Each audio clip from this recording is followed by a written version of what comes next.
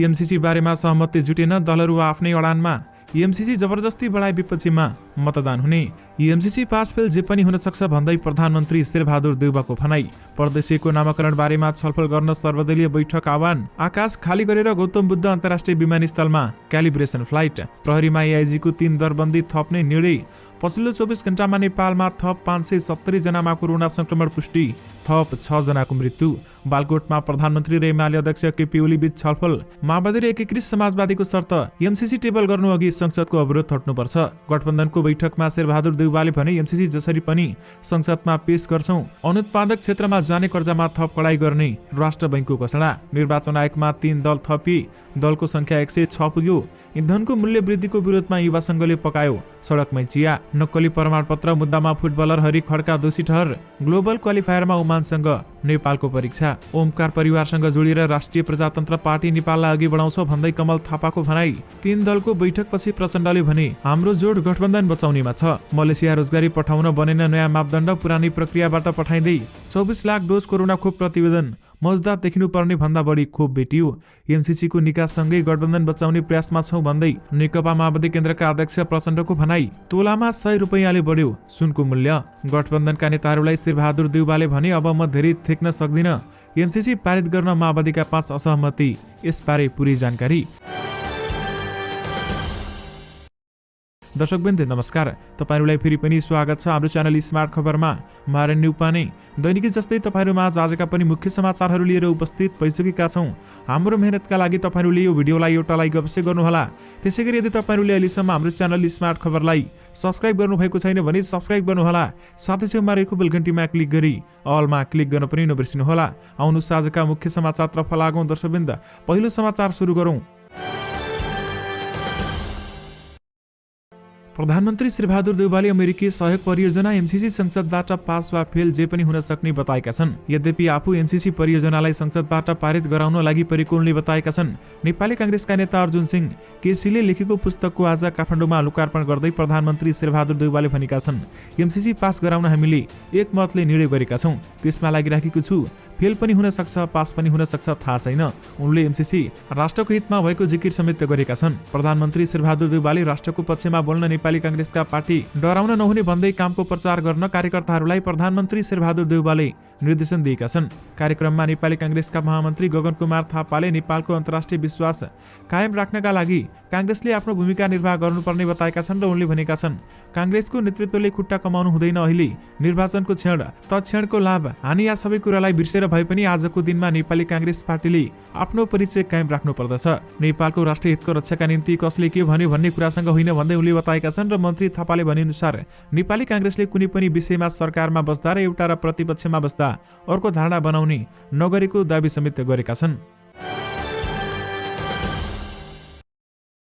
नेपालमा 70 वर्षपछि भैरहमा दोस्रो अन्तर्राष्ट्रिय विमानस्थल निर्माण भएको छ। यसमा परीक्षणका उडानका लागि नेपाल आएको एरोथाई विमानले 1 हप्तासम्म भैरह क्षेत्रको आकाश खाली गरेर क्यालिब्रेसन प्रक्रिया पूरा गर्नेछ। यो विमानस्थल गौतम बुद्ध अन्तर्राष्ट्रियमा आवश्यक सबै उपकरणहरू समेत जडान भइसकेका छन् भने जडान भएका उपकरणहरूले काम गरे नगरेको जाँचका लागि थाइल्यान्डबाट बिहीबार मात्र एरोथाइडको जहाज नेपाल आइसकेको छ। नेपाल नागरिक उड्डयन प्राधिकरणका इन्जिनियर मुकुन्द मिश्रका अनुसार आगामी 1 सातासम्म हरेक दिन जसो यो जहाज भैरहको आकाशमा उड्नेछ भने जसले यहाँ उडान भएका हरेक उपकरणले विमानस्थल सञ्चालनका दौरान काम गरे नगरेको परीक्षण गर्नेछ भने जहाजमा कुल 7 जना अट्नेछन् र जसमा 2 पाइलट हुनेछन् र क्यालिब्रेसन उडान मार्फत एयर ट्राफिक कन्ट्रोल टावर मार्फत कम्युनिकेसन प्रणाली बारेमा परीक्षा हुनेछ भन्दै बताइएको छ।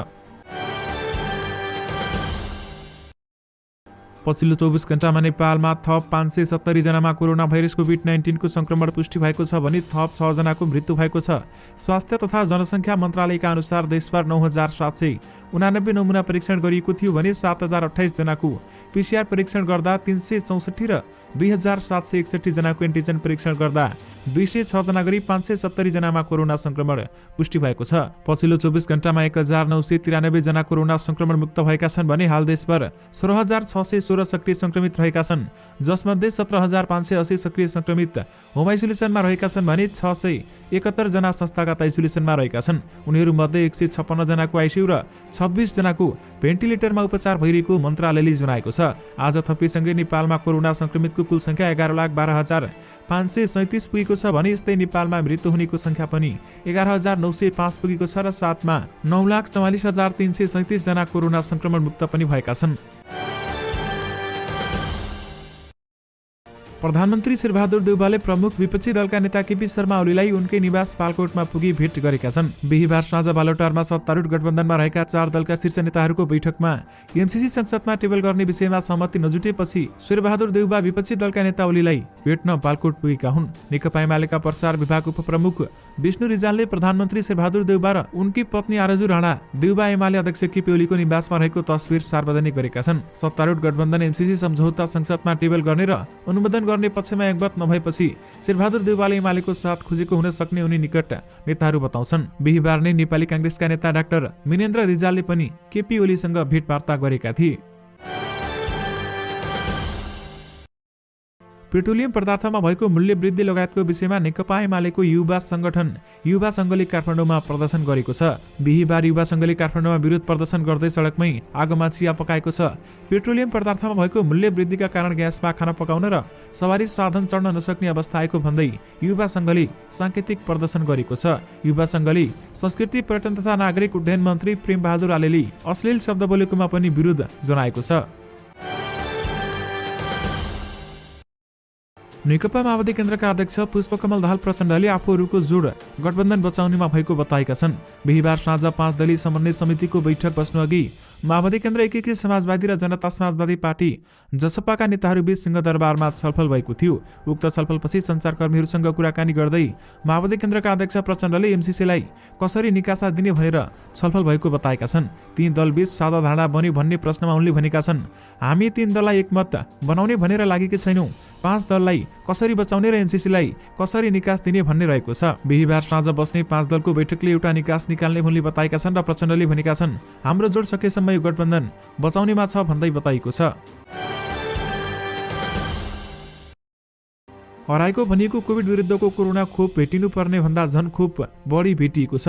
कोरोना खोप छानबिन समितिले सरकारले बुझाएको प्रतिवेदनमा भेटिनु पर्ने भन्दा बढी खोप भेटिएको बताएको छ। तपाईहरूले साँचो सुन्नुभयो। समितिले बुझाएको प्रतिवेदनमा हराएको मात्रा होइन, बरु हुनुपर्ने खोप भन्दा 4,55,355 मात्रा खोप बढिरहेको समेत देखिएको छ। अझ यसमा खेर गएको भनिएको 56,908 मात्रा खोप समेत जोड्ने हो भने 5,12,263 मात्रा खोप बढी भेटिएको छ। प्रतिवेदनमा 10 मात्राको भाइलबाट 11 मात्रा दिँदा यस्तो समस्या आएको समेत उल्लेख गरिएको छ भने यसले कोभिड विरुद्धको खोप लगाउँदा मात्र नमिलाइदिने गरेको तथ्य समेत उजागर गरेको छ। तालिम प्राप्त स्वास्थ्य कर्मीहरूले मात्र समेत नमिलाई खोप दिएको प्रतिवेदन सार्वजनिक हुँदा कोरोना खोपको तापक्रम उचित तरिकाले मिल्यो कि मिलेन भन्ने कुरा समेत आशंका उब्जिएको छ भन्दै बताइएको छ। यानि कि 24 लाख डोज खोप छानबिन प्रतिवेदनले मौजदात देखिनुपर्ने भन्दा बढी खोप भेटियो भन्दै बताएको छ। बालटारमा बिहीबार साँझ बसेको सत्तारूढ 4 दलको बैठकमा अडानबाट पसिनो हटेका प्रधानमन्त्री शेरबहादुर देउवा विकल्पको खोजीमा लागेका छन्। अमेरिकी आर्थिक सहयोग परियोजना मिलेनियम च्यालेन्ज कम्प्याक्ट एमसीसीका लागि शुक्रबारको संसदको बैठकमा पेश गर्न सहमतिका लागि प्रधानमन्त्री शेरबहादुर देउवाले बिहीबार साँझ सत्ता गठबन्धनको बैठकमा प्रस्ताव समेत गरेका थिए। उक्त बैठकमा 4 दलका नेताहरूबीच समझदारी कायम गराउने प्रयास असफल भएपछि उनले एमालेको साथ खोजेका छन् र बैठकमा उपस्थिति मध्ये बहुमत नेताहरू अहिलेको अवस्थामा एमसीसी टेबल गर्न नहुने भन्दै विरोधमा उत्रिएपछि प्रधानमन्त्री शेरबहादुर देउवा नेकपा एमालेका नेताहरूको साथ खोजीमा पुगेका छन् र उसको निष्कर्षमा पनि पुगेको बताइएको छ। देउवा बिहीबार राति पत्नी डाक्टर आरजु राणालाई लिएर एमाले अध्यक्ष केपी शर्मा ओली निवास बालकोट पनि पुगेका थिए, जसको बारेमा तपाईहरूलाई हामीले अगाडि नै जानकारी गराइसकेका छौं। यानि कि अब म धेरै थेङ्न सक्दिन भन्दै गठबन्धनका नेताहरूलाई प्रधानमन्त्री शेरबहादुर देउवाले भनेका छन्। प्रदेश एकका मुख्यमन्त्री राजेन्द्र राईले प्रदेशको नामाकरणका लागि छलफल गर्न सर्वदलीय बैठक बोलाएका छन्। प्रदेश एक सरकारको चालु अधिवेशनबाट नामको टुङ्गो लगाउने भन्दै उनले फागुन 10 गतेका लागि सर्वदलीय बैठक बोलाएका हुन्। नामाकरणका लागि समन्वय तथा सहजीकरण गर्न माघ 16 गते बसेको मन्त्री परिषद बैठकले तत्कालीन सामाजिक विकास मन्त्री हाल स्वास्थ्य मन्त्री जयराम यादवको नेतृत्वमा कार्यदल गठन गरेको थियो भने सोही कार्यदल मार्फत छलफल आह्वान समेत गरेका हुन्। सर्वदलीय बैठक आह्वानको तयारीका लागि बिहीबार सत्तारूढ गठबन्धनको बैठक पनि बसेको थियो। बैठकमा नेपाली कांग्रेसका तर्फबाट संसदीय दलका उपनेता एवं सडक पूर्वाधार तथा शहरी विकास मन्त्री हिमाल कार्की, नेकपा माओवादी केन्द्रका संसदीय दलका नेता एवं आर्थिक मामिला तथा योजना मन्त्री इन्द्रबहादुर आङ्बो र संघीय लोकतान्त्रिक राष्ट्रिय मञ्चकी संसदीय दलका नेता तथा सामाजिक विकास राज्य मन्त्री विष्णु तुम्बाङ फुई सहभागी रहेका थिए। बैठकले सत्तारूढ 5 दलीय गठबन्धनका तर्फबाट सर्वसम्मतिले प्रदेशको नाम प्रस्ताव गर्ने प्रारम्भिक सहमति गरेको स्वास्थ्य मन्त्री तथा प्रदेशको नामाकरणका लागि गठित समन्वय तथा सज्जीकरण कार्यदलका लागि प्रमुख यादवले जानकारी दिनुभएको हो। यानि कि प्रदेशको नामाकरण बारेमा छलफल गर्न सर्वदलीय बैठक आह्वान गरिएको छ। अनुत्पादक क्षेत्रमा प्रभाव हुने कर्जामा थप कडाई गरिने भएको छ। नेपाल राष्ट्र बैंकले चालु आर्थिक वर्षको मौद्रिक नीतिको समीक्षा मार्फत यस्तो घोषणा गरेको हो भने जग्गा प्लटिङ, हायर पर्चेज कर्जा, आयातका लागि जाने कर्जा, शेयर धितोमा जाने कर्जा नीतिमा पुनरावलोकन हुने राष्ट्र बैंकका प्रवक्ता डाक्टर गुणाकर भट्टले जानकारी दिएका छन्। के कति हुने भन्ने विषयमा समीक्षा उल्लेख गरिएको छैन। आगामी सर्कुलरबाट कति कडाई गर्ने भन्ने विषयमा स्पष्ट खुलाइने प्रवक्ता भट्टले बताएका छन्। बैंक तथा वित्तीय संस्थाले प्रभाव गरेको ट्रस्ट, सिटिज लगायतका कर्जा, व्यक्तिगत अर्धवार्षिक कर्जा, जग्गा प्लाटिङ सम्बन्धी रियल इस्टेट कर्जा, व्यक्तिगत हायर पर्चेजका लागि कर्जा तथा मार्जिन प्रकृतिको कर्जाको जोखिम भारमा पुनरावलोकन गरिने समीक्षा समेत उल्लेख गरिएको छ। यसअघि राष्ट्र बैंकले आयातमा जाने कर्जामा कडाई गरेको थियो भने शेयर धितोमा जाने कर्जामा पनि सीमा तोकेर कडाई गरिएको थियो। यानि कि अनुत्पादक क्षेत्रमा जाने कर्जामा थप कडाई गर्ने राष्ट्र बैंकले घोषणा गरेको छ। स्थानीय तह निर्वाचनका लागि निर्वाचन आयोगमा थप 3 दल दर्ता भएका छन्। यससँगै आयोगमा दर्ता भएको दलको संख्या 106 पुगेको छ भने बिहीबार आयोजित पत्रकार सम्मेलनमा आयोगका प्रवक्ता शालिग्राम शर्मा पौडेलले पछिल्लो समय आयोगमा जनता प्रगतिशील पार्टी नेपाल, सामाजिक एकता पार्टी र नागरिक उन्मुक्ति पार्टीको दल दर्ता भएको समेत जानकारी दिएका छन्। सरकारले वैशाख 30 गतेका लागि स्थानीय तह निर्वाचनको घोषणा गरेपछि आयोगले दल दर्ताका लागि आह्वान गरेको थियो भने दल दर्ताका लागि फागुन 15 गतेसम्मको समय तोकिएको छ। आयोगले जनशक्ति व्यवस्थापन निर्देशिका 2078 स्वीकृत गरी पालिका स्तरमा कार्यरत कर्मचारीहरूलाई सोही पालिकाको निर्वाचन अधिकृतको कार्यालयमा परिचालन गर्ने व्यवस्था समेत गरेको छ। प्रवक्ता पौडेलले मतपत्र छाड्नका लागि आवश्यक पर्ने कागजातको स्पेसिफिकेसन र लगत अनुमान स्वीकृत गरी खरिद प्रक्रिया अगाडि बढाइएको पनि बताएको छ। त्यस्तै मतदान केन्द्रमा प्रयोग हुने विभिन्न 53 प्रकारका निर्वाचन सामग्रीहरूको स्पेसिफिकेसन पनि आयोगबाट स्वीकृत हुने उनले जानकारी दिएका छन्। फुटबलर हरि खड्का नक्कली प्रमाणपत्र सम्बन्धी मुद्दामा दोषी ठहर भएका छन्। बिहीबार विशेष अदालतका न्यायाधीशहरू अब्दुल अजिज मुसलमान र नित्यानन्द पाण्डेको इजलासले उनले नेपाल प्रहरीमा बढुवा प्रयोजनका लागि पेश गरेको प्रमाणपत्र नक्कली भएको पनि ठहर गरेको छ। उनलाई 5000 जरिवाना तोकिएको प्रवक्ता दिपेन्द्रनाथ योगीले जानकारी दिएका छन् भने अख्तियारले भनेका छन् भ्रष्टाचार निवारण ऐनको दफा 16 को 1 अनुसार 6 महिनादेखि 1 वर्षसम्म कैद र 10 देखि 20,000 सम्म जरिवाना सजाय माग गरेको थियो। खड्काले माध्यमिक शिक्षा परिषद वाराणसीबाट जारी भएको प्रवीणता प्रमाणपत्र तह आइएको प्रमाणपत्र पेश गरेर 1 कार्तिक 2055 मा प्रहरी सहायक निरीक्षक पदमा नियुक्त लिएका थिए भने खड्का 14 पुस 2059 सालमा प्रहरी नायब निरीक्षकमा बढुवा भएका थिए भन्दै बताएको छ। खड्काले सन् 2003 देखि 2006 सम्म नेपाल पुलिस क्लबबाट फुटबल खेलेका थिए। यानि कि नक्कली प्रमाणपत्र मुद्दामा फुटबलर हरि खड्का दोषी ठहर भएका छन्। राष्ट्रिय प्रजातन्त्र पार्टी नेपालका अध्यक्ष कमल थापाले देशको धरातली यथार्थलाई मनन गर्दै राष्ट्रिय प्रजातन्त्र पार्टी नेपाललाई पुनर्जागृत गर्नु परेको बताएका छन्। सनातन धर्म, संस्कृति र परम्पराको जग धरापमा पर्न थालेकाले राष्ट्रिय अखण्डता तथा राष्ट्रियताको जग बलियो बनाउन राष्ट्रिय प्रजातन्त्र पार्टी नेपालले देशव्यापी जनजागरण चलाउने कमल थापाले बताउनु भएको छ। पात्री संगठनहरूले संयुक्त बैठकहरूलाई आज काठमाडौँमा सम्बोधन गर्दै अध्यक्ष थापाले नेपाललाई अन्तर्राष्ट्रिय शक्तिहरूको रणनीतिक प्रतिस्पर्धाको थलो बनाइने खतरा बढेको र जिम्मेवारी भनिएका राजनीतिक दलहरूले उनीहरूलाई सहयोग पुग्ने गरी निर्वाध आमन्त्रण गरी परिपाटी बसालेको भन्दै त्यसको अन्त्य गर्न राप्रपा नेपाललाई बलियो शक्ति बनाउनु पर्ने पनि बताएका छन्। पार्टीलाई ठूलो बनाउने नाममा गणतन्त्र बोकेका लगायतलाई राप्रपामा भित्राएपछि पछिल्लो समय राज संस्था पुनर्स्थापना मुद्दालाई मात्र अगाडि सारेर हिन्दू राष्ट्र सुशासन विकास जस्ता मान्यतालाई समेत ओलझेल पार्ने काम भएकोले राष्ट्रिय प्रजातन्त्र पार्टी नेपाललाई बिउताउन बाध्य भएको जानकारी दिँदै अब राष्ट्रिय प्रजातन्त्र पार्टी नेपालले रणनीतिक रूपमा हिन्दू राष्ट्र सुशासन र समृद्धिलाई मुख्य एजेन्डा बनाएर अघि बढ्ने अध्यक्ष समेत थापाले बताउनु भएको छ। विशेष गरी ओमकार परिवारसँग जोडिएका राष्ट्रिय प्रजातन्त्र पार्टी नेपाललाई अघि बढाउँछौ भन्दै कमल थापाले भनेका छन्। कुनै समय नेपाली श्रमिकको मुख्य गन्तव्य मुलुक रहेको मलेसिया रोजगारीको ढोका यति बेला बन्द भएको छ। करिब 200 वर्षदेखि कोरोना महामारीका कारण रोकिएसँगै नेपाली श्रमिक मलेसिया रोजगारीमा जान नपाएका हुन् भने कोरोना संक्रमण दर घट्दै गएसँगै विश्वमा विभिन्न मुलुकहरूले नेपाली श्रमिक लिइरहेका छन्, तर मलेसियाले भने श्रमिक लिएको छैन। सन् 2015 को तथ्याङ्क हेर्दा करिब 7 लाख नेपाली श्रमिक मलेसियामा काम गरिरहेका थिए भने हाल सो संख्या 1 लाखमा झरेको वैदेशिक रोजगार विभागले समेत अनुमान गरेको छ। लामो समयदेखि रोकिएको मलेसिया रोजगारी नेपालीका लागि खोल्ने तयारी भएको छ भने लामो समयपछि नेपाली कामदार मलेसिया पठाउने तयारी भएको वैदेशिक रोजगार विभागले जनाएको छ। मलेसियाले गत जनवरीदेखि कोरोनाका कारण विदेशी कामदारलाई लगाएको प्रतिबन्ध फुकुवा समेत गरेको छ। मलेसियाले 32,000 विदेशी कामदार लिने निर्णय गरेसँगै नेपालमाथि लगाएको प्रतिबन्ध फुकुवा गरेको छ भने मलेसिया स्थित नेपाली दूतावासले कामदारको मागपत्रमा प्रमाणीकरण गत साता सुरु भएको समेत जनाएको छ। विशेष गरी मलेसियामा रोजगारीमा पठाउन नयाँ मापदण्ड बनेको छैन भने पुरानै प्रक्रियाबाटै पठाइने भएको छ। नेपाली बजारमा सुनको भाव प्रति तोला 1000 रुपैयाँले बढेको छ।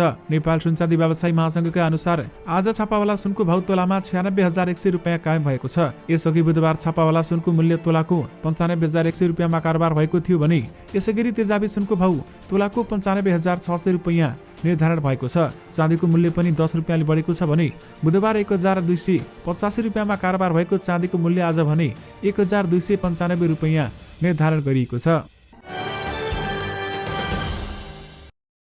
अमेरिकी सहयोग परियोजना एमसीसी सम्झौता संसदमा टेबल गर्ने विषयमा सत्तारूढ 4 दलीय बिहिबार पनि सहमति जुट्न सकेको छैन। बिहिबार साँझ बालोटारमा बसेको बैठकमा प्रधानमन्त्री शेरबहादुर देउवाले शुक्रबार संसदमा एमसीसी टेबल गर्ने प्रस्ताव गरेका थिए भने बैठकको सुरुमै उनले भनेका थिए, अस्ति तपाईहरुले टेबल गर्न दिन्छु भन्नुभएकै हो, अब टेबल गर्न दिनुस् भन्दै बताइएको छ। एमसीसी अनुमोदनका लागि प्रस्तुत हुँदा पक्षमा मत दिने कि विपक्षमा भन्ने दलहरूको आफ्नो रोजाइ भएको शेरबहादुर देउवाको भनाइरहेको थियो। नेकपा माओवादी केन्द्रका नेताहरूले एमसीसी अघि बढाएर सरकार छाड्ने र विपक्षमा मत दिने संसदीय दलको निर्णय भएको बताएका छन् र साथै एमसीसी संसद अवरोध कायमै रहेको बेलामा एमसीसी टेबल हुन नसक्ने पनि बताएका छन्। अध्यक्ष प्रचण्ड र नेता नारायणकाजी श्रेष्ठले प्रकाशले अहिलेसम्म ऋण तथा अनुदान सम्झौता संसदमा नलगेको भन्दै एमसीसी बारेमा पनि छलफल गर्नुपर्ने बताएका हुन्। यानि कि एमसीसी बारेमा सहमति जुटेन, दलहरू आफ्नै अडानमा छन् भन्दै बताइएको छ। मध्य प्रदेशका जिल्लाहरूको आवासीय भ्रमण सकेर अध्यक्ष माधव कुमार नेपाल काठमाडौँ फर्किएपछि नेकपा एकीकृत समाजवादीको सचिवालय बैठक बसेको थियो। बुधबार साँझदेखि झण्डै 5 घण्टा चलेको बैठकले अमेरिकी सहयोग परियोजना एमसीसी सत्ता गठबन्धन र आगामी चुनाव केन्द्रित छलफल गरेको छ। सचिवालय बैठकले निकालेको निष्कर्षलाई शनिबार बस्ने स्थायी कमिटीबाट अन्तिम रूप दिने एकीकृत समाजवादीको तयारी छ भने हतार हतपत र उत्ताउलो पारामा जाँदैनौं। स्थानीय कमिटी बैठकबाट मुलुक व्यवस्था र संविधान अनुकूल निर्णय गर्छौं, उपमहासचिव गंगालाल तुलाधरले भनेका छन्। सत्ता साझेदार नेपाली कांग्रेसले मंगलबार र माओवादी केन्द्रले बुधबार एमसीसी बारेमा निर्णय गरेपछि एकीकृत समाजवादीको दबावमा परेको थियो भने हामी गठबन्धन र एमसीसी बारेमा सचेत छौं, अध्ययन र छलफलबाट उपयुक्त निर्णय लिन्छौं भन्दै तुलाधरले भनेका छन्। नेपाल प्रहरीमा 3वटा प्रहरी अतिरिक्त महानिरीक्षक एआईजीको दरबन्दी थप भएको छ। बिहिबार बसेको मन्त्री परिषद बैठकले प्रहरीमा 3वटा विशिष्ट श्रेणीको दरबन्दी थप गर्ने निर्णय गरेको एक मन्त्रीले बताउनु भएको हो।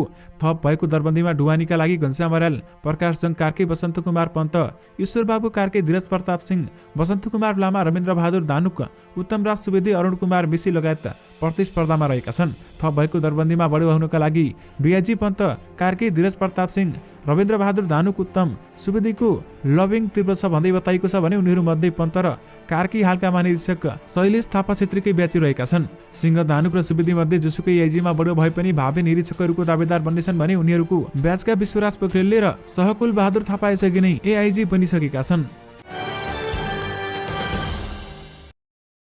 नेकपा माओवादी केन्द्र र एकीकृत समाजवादीले अमेरिकी सहयोग परियोजना एमसीसी संसदमा लैजानुपर्ने संसदको अवरोध हट्नुपर्ने बताएका छन्। प्रधानमन्त्री शेरबहादुर देउवाले बोलाएको सत्तारूढ दलका शीर्ष नेताहरूको बैठकमा माओवादी केन्द्रका अध्यक्ष पुष्पकमल दाहाल प्रचण्ड र एकीकृत समाजवादीका अध्यक्ष माधव कुमार नेपालले संसदको अवरोध हटाउनुपर्ने शर्त राखेका छन्। अहिलेसम्म ऋण तथा अनुदान सम्झौता संसदमा नलगेको भन्दै दुवै दलका नेताहरूले एमसीसी बारेमा पनि छलफल गर्नुपर्ने बताएका छन्। उनीहरूले एमसीसी संसदमा टेबल गर्नुअघि एमालेसँग संवाद गरेर अवरोध हटाउने वातावरण बनाउन प्रधानमन्त्री र कांग्रेस नेताहरूलाई आग्रह समेत गरेका छन्।